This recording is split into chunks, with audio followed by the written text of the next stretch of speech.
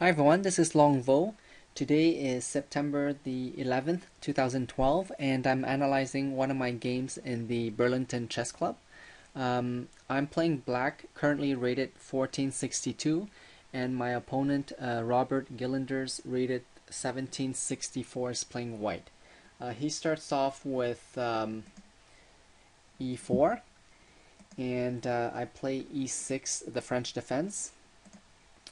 He takes control of the center with d4, and I challenge the center right away with d5.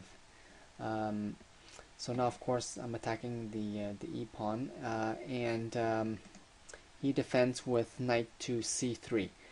So I'm happy with that move because usually, I don't know all the variations of the French, but usually when the knight is not committed here yet, the c pawn is able to protect the d pawn. So I decided to, since the knight was there, I decided to challenge the d pawn right away with c5, and he went knight to f3, protecting the d pawn, and I decided to exchange because this is a flank pawn exchanging for a middle pawn. I thought that was a good exchange, so I went c takes d. And he goes queen takes d4, developing his queen. So of course I thought of moving knight to c6, kicking away the queen, but then because of this pin here, that would not be possible to take, and then I would probably have to play something like a6 to kick away the bishop, and once he exchanges, the queen is still on d4, so I wouldn't be gaining anything by moving that knight to c6 right now. It's a little bit premature. So instead I decided to develop the other knight to f6, so I'm defending this pawn, and he has a 1, 2, 3 attackers on that pawn, right? So I only have the queen and the pawn, so only two. So I added another defender, and then he pushes e5. So once he pushed, that's one less attacker on d5. So it was okay to move the knight. Moving it here obviously doesn't make sense. The queen can take. So the only other move that made sense was knight to d7, still maintaining some pressure on the e-pawn. So what I like about this position is that the knight here is blocking the f-pawn from defending, and I had the idea that the next move I could develop the other knight with tempo, kicking away the queen and adding more pressure on that pawn. So in this case it would be two attackers versus two defenders. So I like that position. So now he adds another defender with bishop to f4, and so I decided to gain a tempo with knight to c6, and he retreats the queen to d2. So if you notice here, he just lost one of the defenders on this pawn. So I had the idea of putting more pressure, and so I don't know what other moves would have been better. Perhaps queen to e3, maintaining defense on that pawn, but it's also vulnerable to this fork here. If that knight wasn't there, so maybe that's why he didn't feel comfortable going here, so he went to queen d2.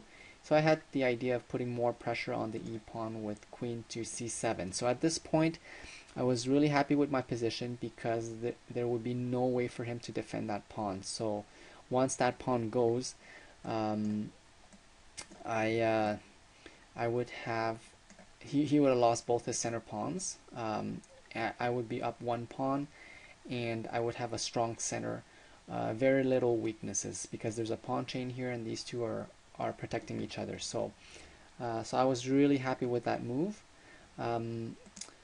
So he goes bishop to e2. So I think he did feel that he was about to lose that pawn, and instead of wasting more time thinking about the position, he decided to move on and to continue development.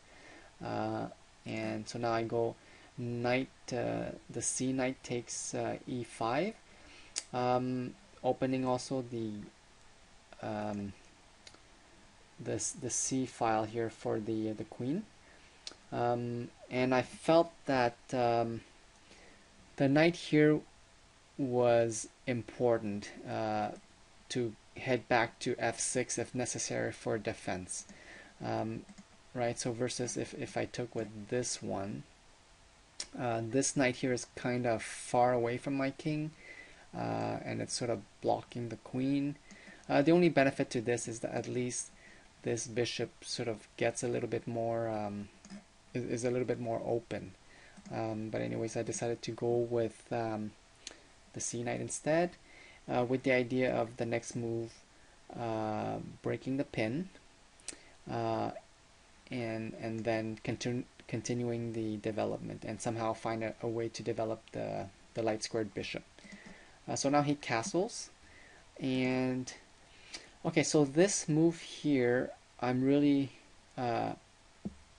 glad that I played it, and I thought about the position, and I was never comfortable with that bishop or even the knight here bothering the queen, because the queen, actually I was more threatened with the knight, because if, let's say, I had played bishop to d6 and he goes knight to b5, so obviously now the queen needs to stay connected to the bishop, so the only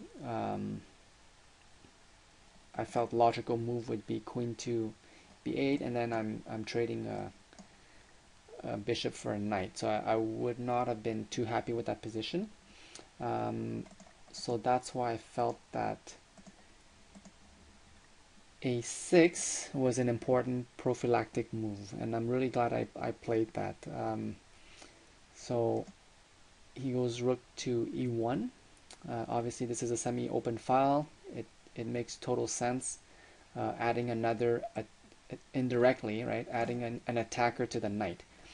So once I went bishop to d6, I was really happy with the position, because now I have 1, 2, 3 defenders. He has 1, 2 attackers. For him to add the rook, he would move the bishop, and obviously it cannot go anywhere, right? So this move I felt was a good move, and so now he goes knight takes d5, attacking the queen. So at this point I thought a really long time, because obviously it seems like too good to be true, but I thought about it, and if I took with the pawn here, the e pawn, the king is wide open, right? That's number one. Number two is that I calculated that if I took with the pawn and he takes with the queen, then I wasn't, so what would have been the next move, right? So right here there is a threat that I have. So if I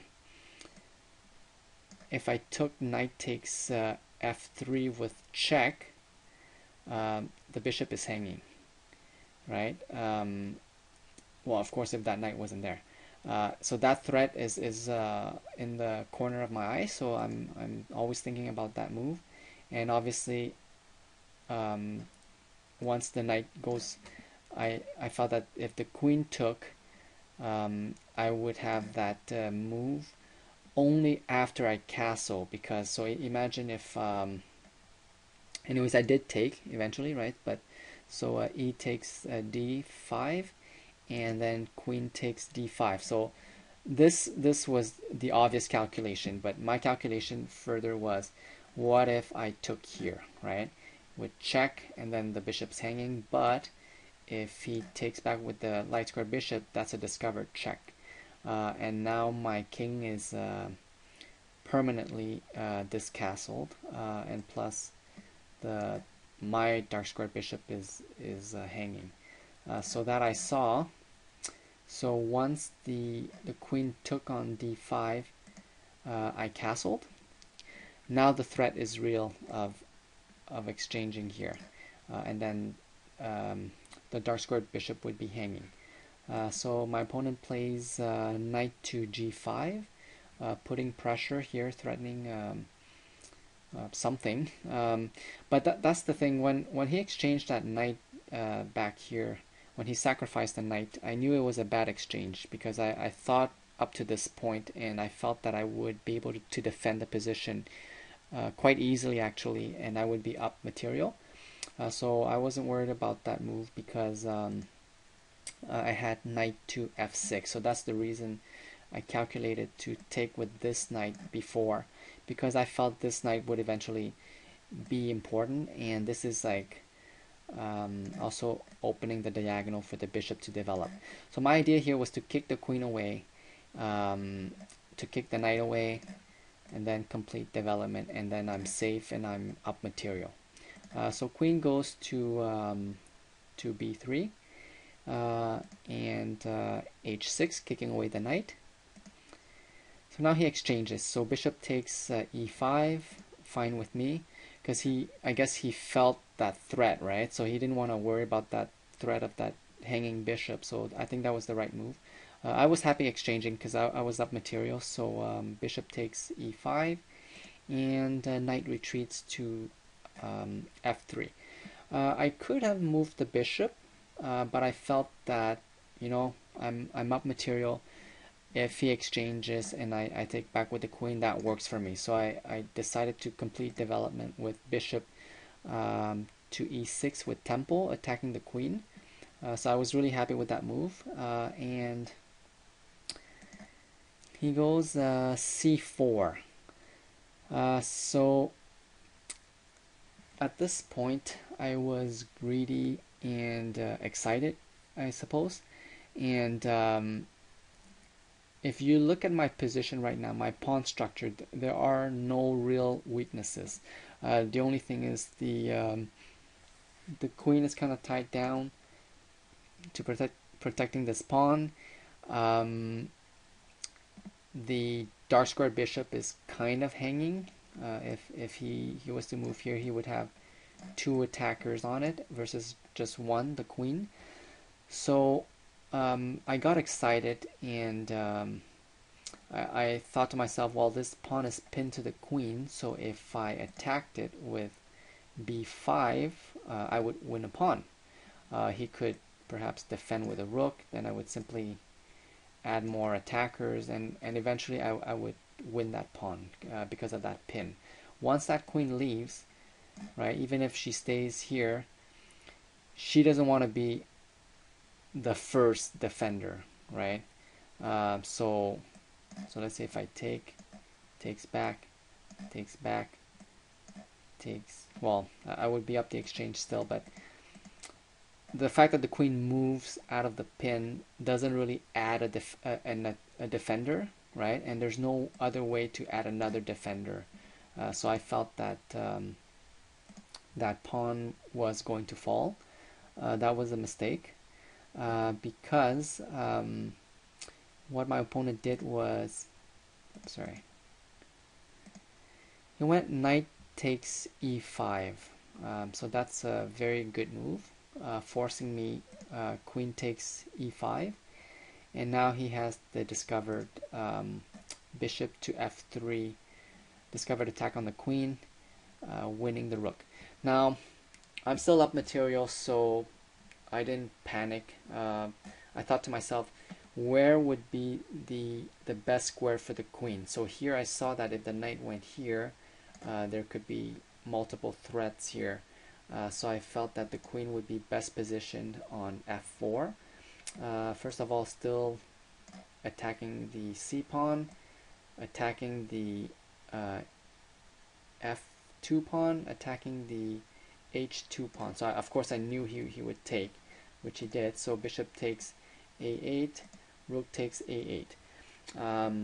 So I felt that my queen was very well positioned. This bishop is okay, the knight is defended, this pawn is pinned, it's not going anywhere, it's going to fall. So I would still be up material, so I was okay. And he goes rook to d1, taking control of the open d file, and I go knight to g4. So multiple threats here of check, check, and then the bishop here could take control of that light square. So I was happy with that move. So I think he had no choice. He went queen to g3, and queen takes g3, h takes g3. So I was happy with my position because even though I was down the exchange here with that rook, his pawns were messed up. This pawn's about to fall, which I went bishop takes c4. Now would it have been better if I took with the pawn? Probably not, because now they're not protected anymore, right? But this does create a little bit of pressure because now I could simply add pressure on the b pawn,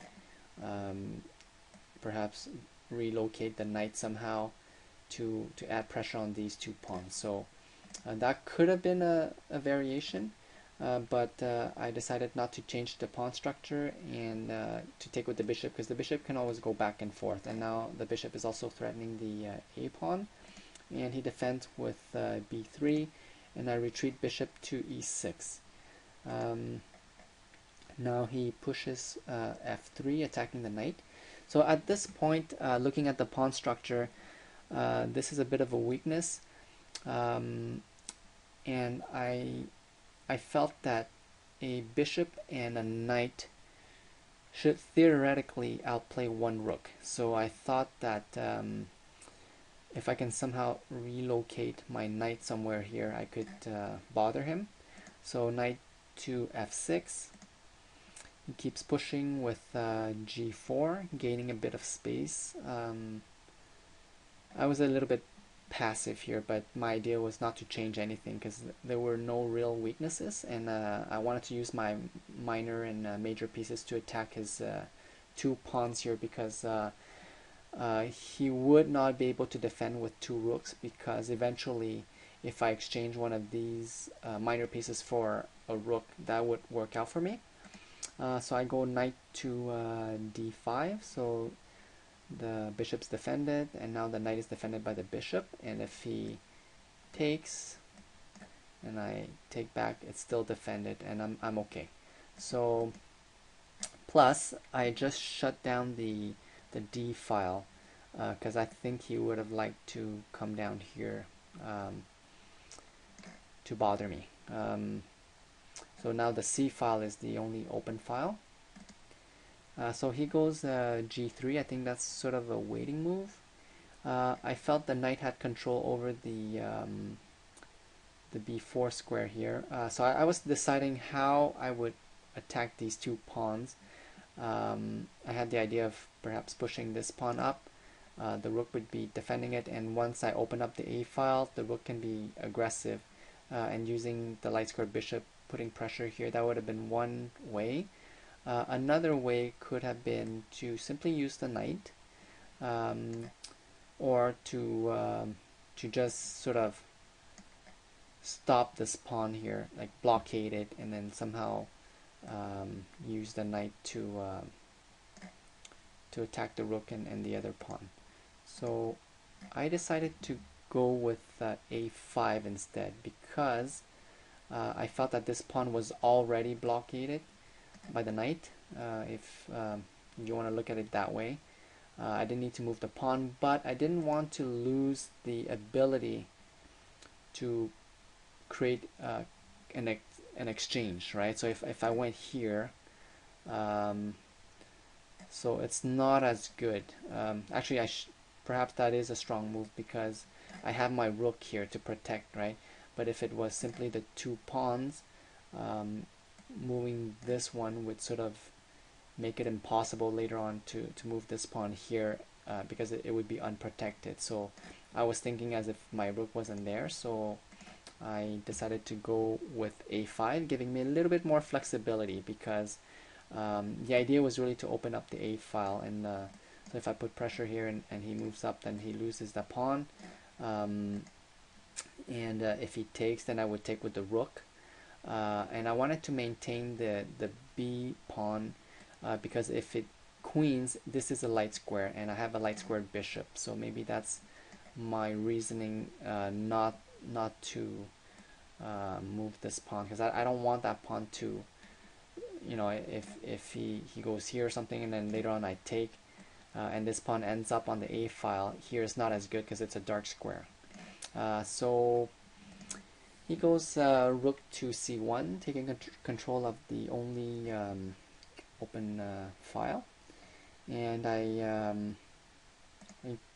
so now I go knight to b4, threatening the a pawn, threatening a fork. So I felt that was a good move. So he defends with e2, and so now I push a4, and so of course he takes, b takes a4, rook takes a4. So now the only problem is now he has access to the c file. So of course he attacks with rook to c5, and right, I had some options here. I didn't feel like moving any of these. Maybe here would have been okay to defend, but I didn't really like the idea of the king being able to be checked. I didn't like the idea of the bishop hanging, because you know, he could find a way to attack it. So I didn't do that. Moving the rook back to defend, I'm not sure if that would have been good enough. This could have happened, but then I could simply take. But I think the best choice would have been to take with the rook, and sort of offer an exchange. And you know, obviously his rook is hanging there, so he's not going to take, and if he takes, I take, then he takes, and it's a knight and a bishop versus a rook, and plus he's got these double pawns here, so I felt this could have been good for me, but I wasn't that comfortable with that, and I thought to myself, well, if I took with the knight, which I did, knight takes a2, and he takes back, rook takes b5, then I had this fork of knight to c3, but of course it didn't work because he had b8 check. So now king goes to h7, and the other rook can escape to c2. So that's what happened in the game, and so knight goes back to d5. So over here there's a bit of a wall, and what I was trying to figure out was, how could I attack his pawns here? At this point, doesn't seem like I have any weaknesses. These two are defending each other. The knight is free to go where it pleases. The rook could be active if I wanted to, or go here, attack the pawns or something like that. So I was happy with this position. Now he goes king to f2, and so I go rook to a3. I don't think that was a strong move. The rook was okay, just being on a4, and I thought that perhaps I should have done something more aggressive, perhaps trying to make an exchange, right? Because I already missed my chance over here to exchange the rooks, so perhaps something like um, knight to e7, so that later on I could skewer the rook and force an exchange. That could have been one idea. And also the knight going here maybe would somehow relocate and exert a bit of pressure. Like the knight here would have been ideal. It would have exerted pressure here and here, and maybe relocate the bishop here, putting pressure here. But instead I played rook to a3, thinking that I would just add a bit of pressure on this pawn here, and somehow relocate the knight to attack it, or the bishop, because that's on a light square. And he goes rook to b5. So I guess he felt that I wanted to do something with my minor pieces to attack the pawns, so he just tried to take control of the 5th rank, or the 4th rank, and just to improve the position of his rooks. The rooks couldn't really threaten the king anymore, so now knight goes to e7 with the idea of perhaps relocating it somewhere. And I was exhausted at this point. I wasn't too sharp at calculating, and it was getting tiring to think of all the variations. And even though there's less pieces on the board, I find that in the end game it's quite exhausting, because one mistake and it's could be the end, right? So now he goes rook to e5, so centralizing the rook. So I was okay with the bishop here. This knight was not attacked, so I decided to go knight to g6, attacking the rook, and he goes rook to e3, offering an exchange. So that worked out for me. Rook takes e3, and he takes with tempo. King takes e3. So I think that exchange was a little bit better for him, because it helped centralize his king a bit more. His king was more active than mine.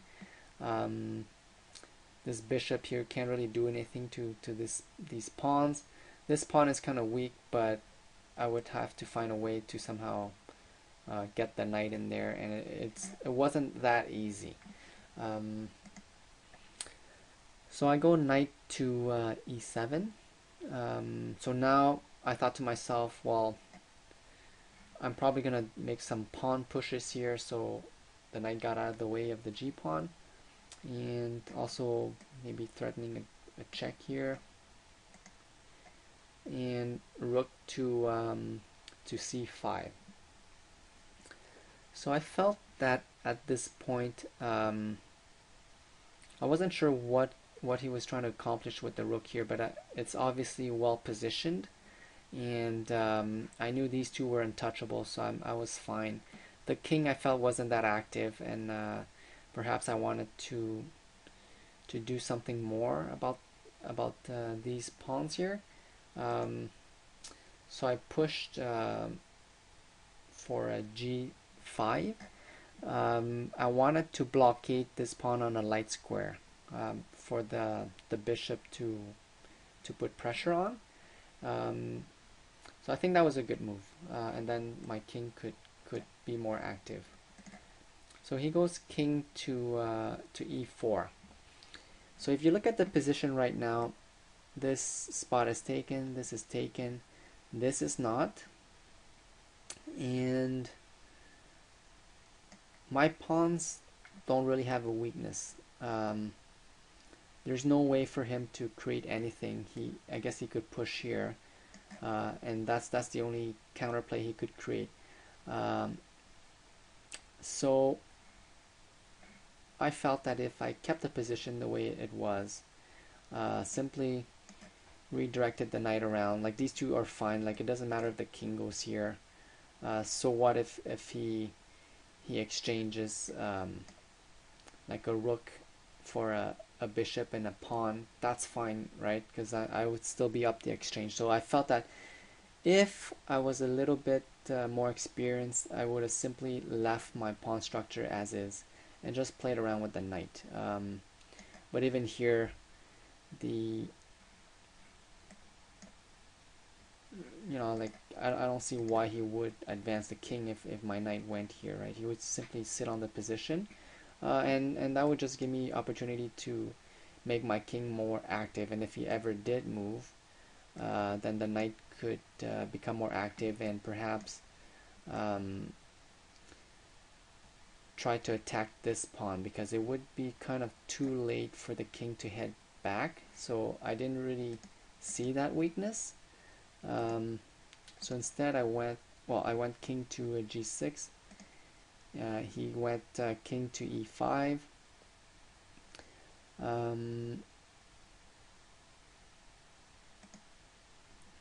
And I go h5, creating a bit of an exchange in this pawn structure here.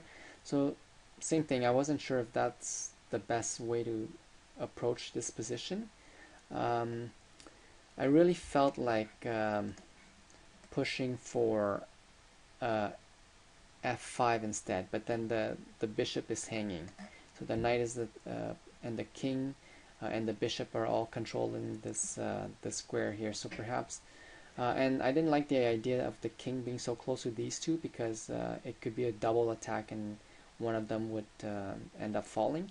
But I knew that as long as I don't move the bishop, I was more or less okay. Anyways, I went h5, g takes h, king takes h, and my position is still winning, I felt, right? So he goes king to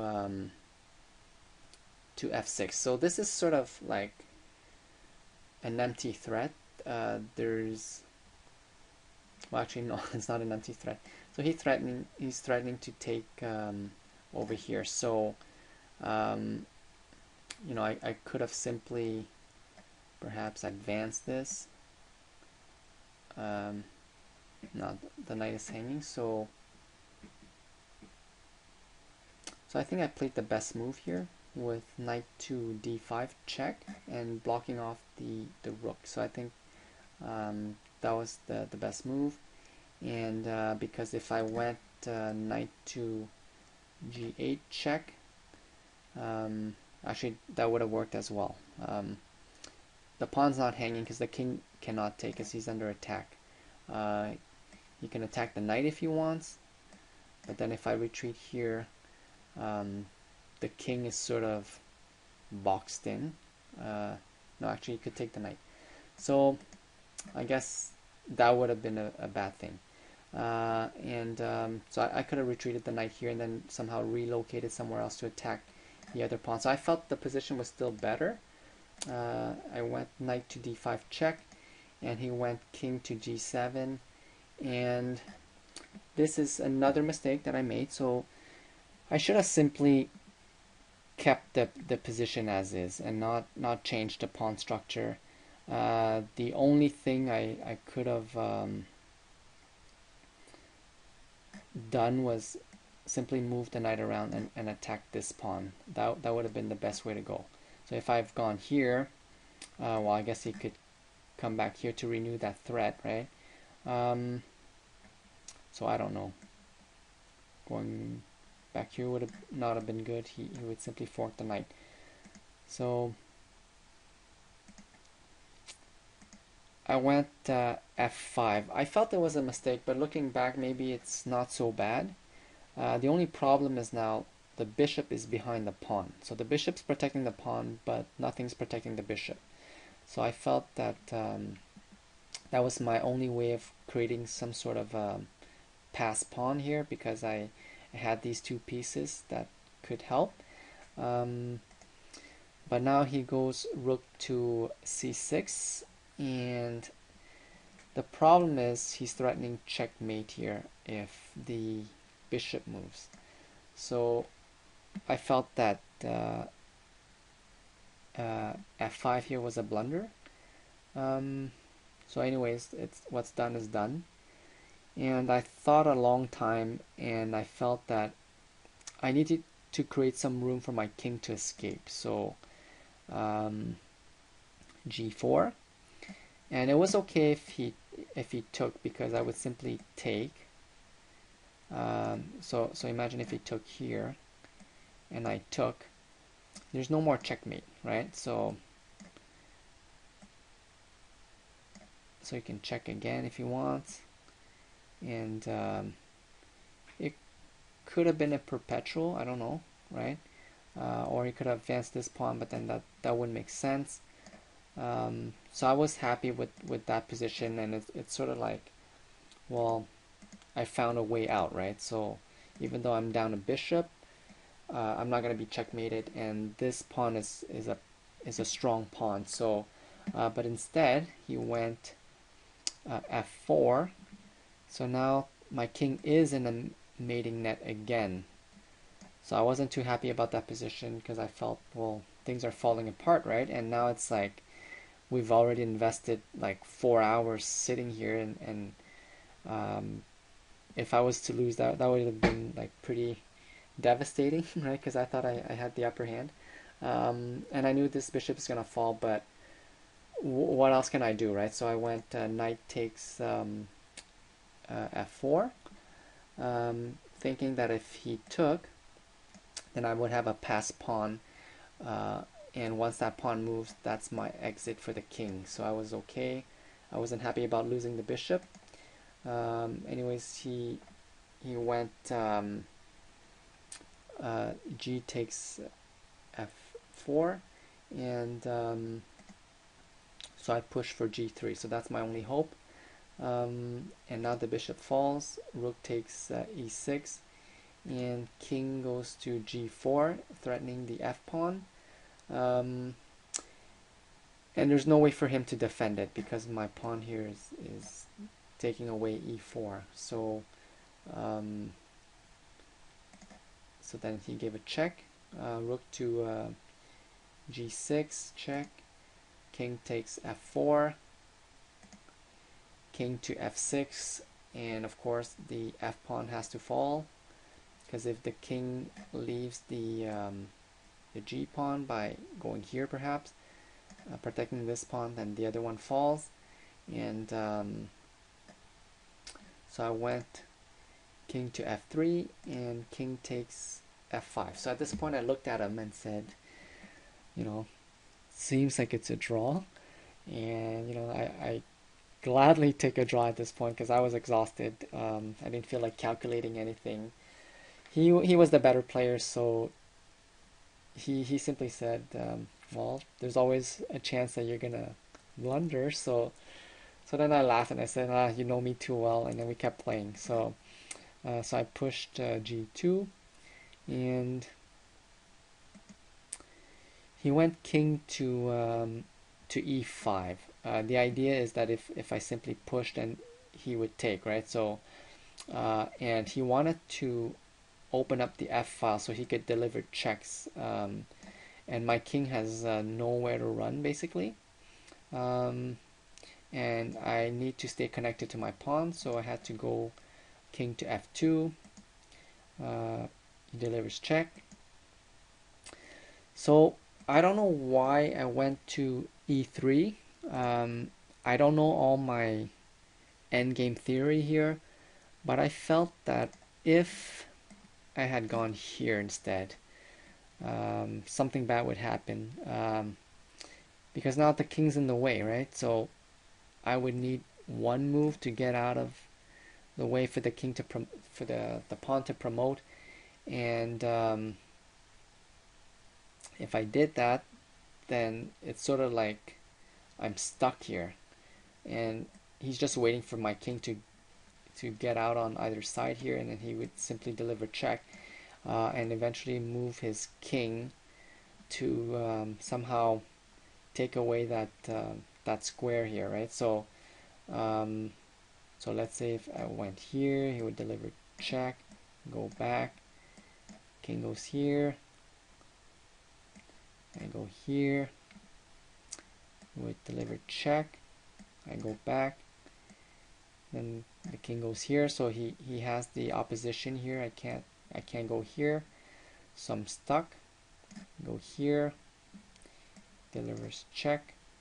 I go back, and it would have been a stalemate, right? So I don't know, maybe if he went here, then here, and then he could actually, it's not stalemate, so he would have found a way to, right? So, well, it's sort of a stalemate, because at this point I would simply promote, and he would have to take, and then it would have been a draw. So that's why I felt it was theoretically a draw. But somehow I felt that king to going in front of the pawn to g1 was not the right move. So I went e3, he attacks the pawn, I defend the pawn, he moves the king, I defend the pawn, check. So always away from that g1 spot. So I go away, he has to go back or else I promote. So I would go back, then he could try something with the king, and I would just move around, right? So he would eventually gain some space here and try to go to this ideal spot. And at this point, he offered a draw, and I took it because I think he knew that even if he forced me to g1, right, that would have been a draw. Either that or the if his king was here, then my pawn would promote. So it was a good learning experience, even though I blundered. But after the game, my opponent said that I'm getting better. So I think I'm really happy with that. And if it wasn't for the blunders, I wouldn't have had the opportunity to play this this end game here. It made me really think hard and calculate, and also it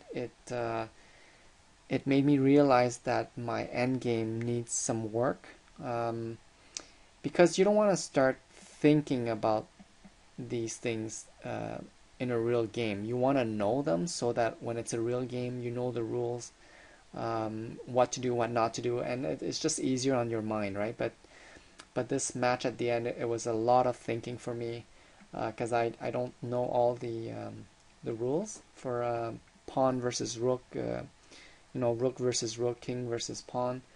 But I think I did very well, and I'm glad that I played this game, and I hope you guys learned a lot. Thanks.